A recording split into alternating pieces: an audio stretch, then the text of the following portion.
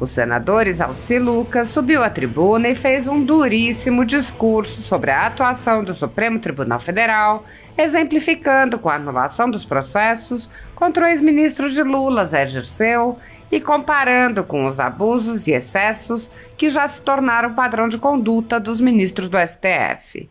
O senador afirmou: o Supremo Tribunal Federal parece decidido a transformar o Brasil em uma tragédia institucional, em que cada cena agrava a erosão da confiança pública nas instituições.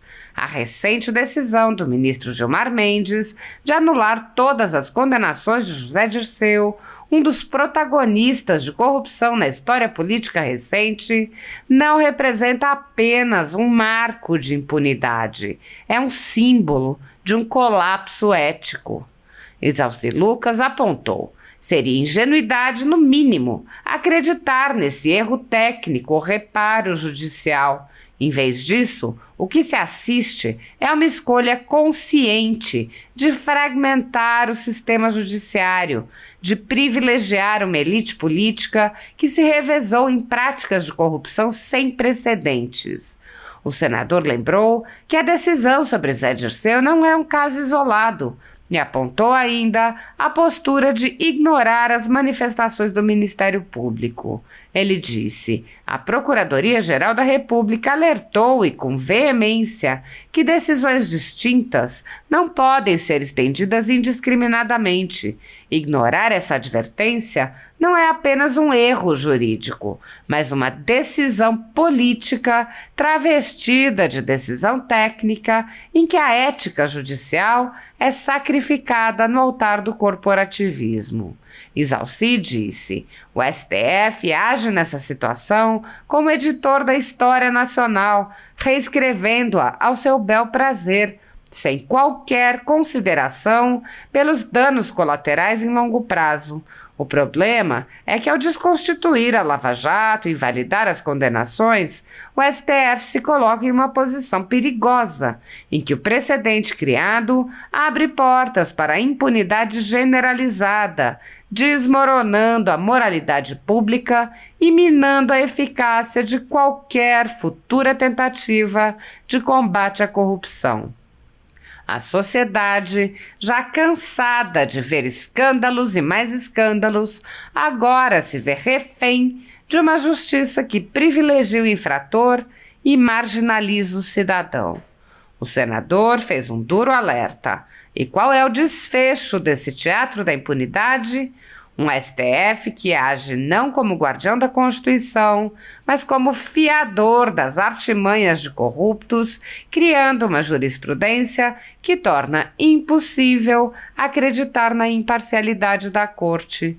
Ao anular os acordos de leniência e liberar os criminosos confessos, o Supremo Tribunal Federal se torna cúmplice de uma espécie de anistia velada, uma inversão perversa de valores que coloca em xeque não apenas a justiça, mas a própria moralidade nacional.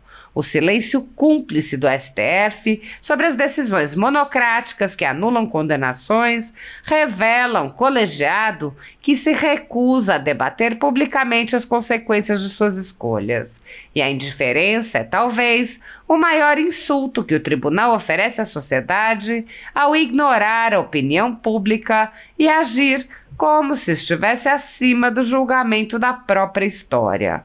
Isalci Lucas questionou: diante desse cenário, resta uma pergunta que ressoa: quem protege o cidadão quando os guardiões da justiça agem como aliados dos corruptos?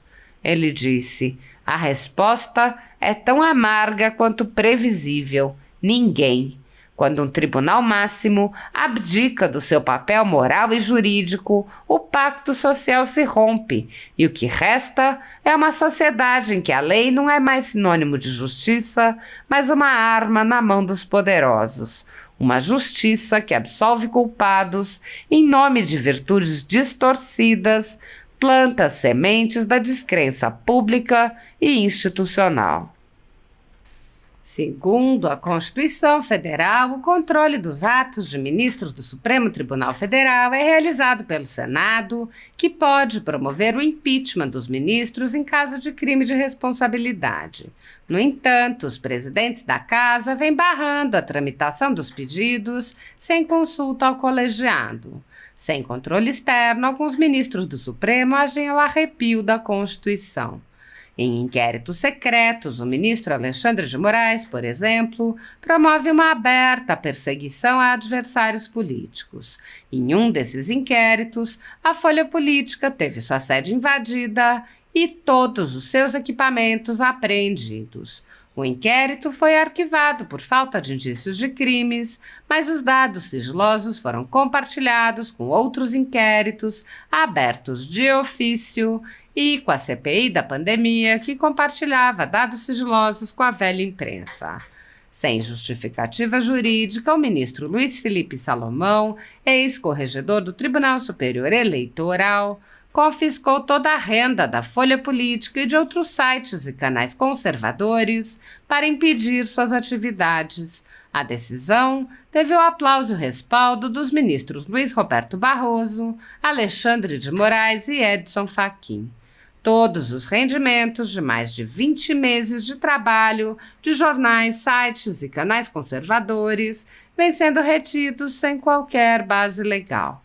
Se você apoia o trabalho da Folha Política e pode ajudar, doe qualquer valor à empresa Raposo Fernandes através do Pix, usando o QR Code que está visível na tela ou o código ajude@folhapolitica.org.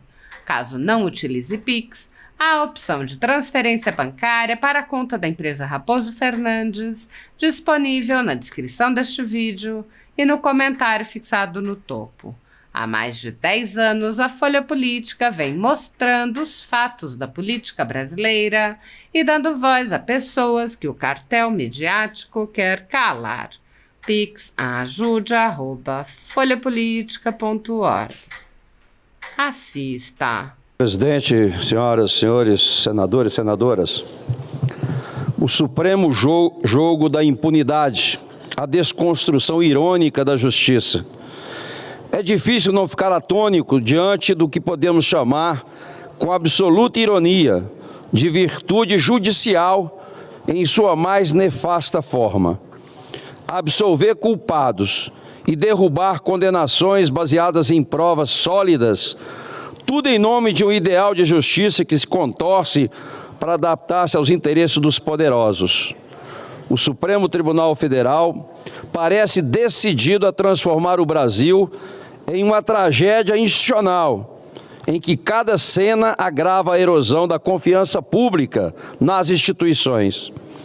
A recente decisão do ministro Gilmar Mendes de anular todas as condenações de José Dirceu, um dos protagonistas de corrupção na história política recente, não representa apenas um marco de impunidade, é um símbolo de um colapso ético. A justificativa?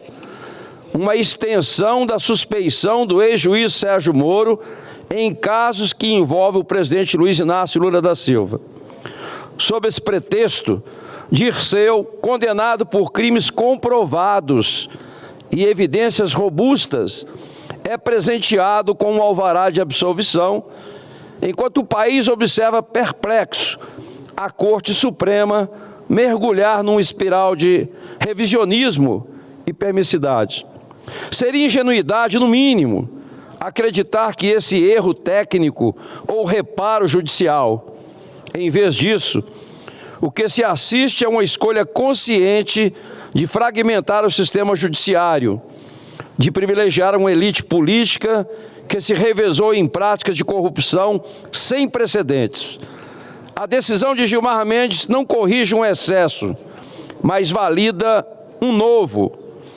E a liberdade conferida a Dirceu é um sinal claro de que o Supremo Tribunal Federal não só tolera, como patrocina a narrativa da impunidade. Não se trata de um episódio isolado, mas de uma sequência de desmandos judiciais que parece testar a resistência da sociedade brasileira a desmoralização de seus tribunais. Ao declarar que as provas da Operação Lava Jato estão contaminadas, o STF lança um recado claro de que as provas, os bilhões recuperados e até mesmo as confissões de envolvidos não passam de um teatro orquestrado por aqueles que, ironicamente, tentavam proteger o país dos criminosos. É o cúmulo da inversão de valores, onde o algoz se torna vítima e onde o crime literalmente compensa. A Procuradoria-Geral da República alertou, e com veemência, que decisões distintas não podem ser estendidas indiscriminadamente. Ignorar essa advertência não é apenas um erro jurídico, mas uma decisão política travestida de decisão técnica, onde a ética judicial é sacrificada no altar do corporativismo. A tentativa de colocar todas as operações anticorrupção sob suspeição é, no mínimo, uma reedição do caos, uma receita certa para a descrença absoluta da sociedade no que deveria ser o seu último bastião de justiça. O STF age nessa situação como editor da história nacional, reescrevendo-a ao seu bel prazer, sem qualquer consideração pelos danos colaterais em longo prazo. O problema é que, ao desconstituir a Lava Jato e invalidar as condenações, o STF se coloca em uma posição perigosa, onde o precedente criado abre portas para a impunidade generalizada, desmoronando a moralidade pública e minando a eficácia de qualquer futura tentativa de combate à corrupção. A sociedade, já cansada de ver escândalos e mais escândalos, agora se vê refém de uma justiça que privilegia o infrator e marginaliza o cidadão. Não surpreende que o ministro Toffoli tenha se aventurado a classificar a Lava Jato como uma armação fruto de um projeto de poder.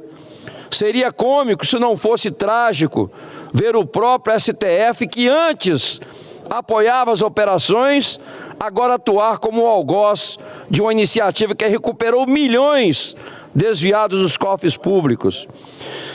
Com um revisionismo grotesco, ignora-se o fato de que as provas não surgiram de manipulações ou tortura psicológica, mas de investigações legítimas, muitas vezes com a colaboração de órgãos internacionais.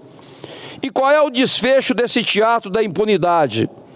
O STF, que age como guardião da Constituição, mas como fiador das artimanhas de corruptos, criando uma jurisprudência que torna impossível acreditar na imparcialidade da Corte.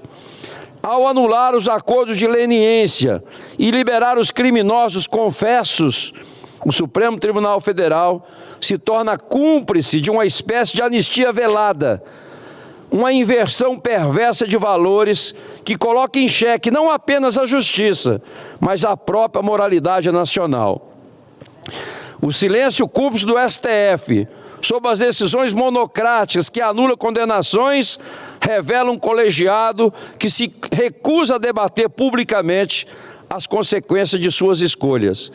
E a indiferença é talvez o maior insulto que o tribunal oferece à sociedade, ao ignorar a opinião pública e agir como se estivesse acima do julgamento da própria história. Diante desse cenário, resta uma pergunta que ressoa: quem protege o cidadão quando os guardiões da justiça agem como aliado dos corruptos? A resposta é tão amarga quanto previsível: ninguém. Quando um tribunal máximo abdica do seu papel moral e jurídico, o pacto social se rompe. E o que resta é uma sociedade onde a lei não é mais sinônimo de justiça, mas uma arma na mão dos poderosos. Uma justiça que absolve culpados em nome de virtudes distorcidas, planta as sementes da descrença pública institucional. E falo isso, presidente, porque participei de todas as CPIs como deputado e como senador. Participei da CPI da Petrobras, dos fundos de pensão, do CARF, da Lei Rouanet, da Covid, todas as CPIs participei, todas elas com relatórios. E presenciei confissões, devoluções de milhões e milhões.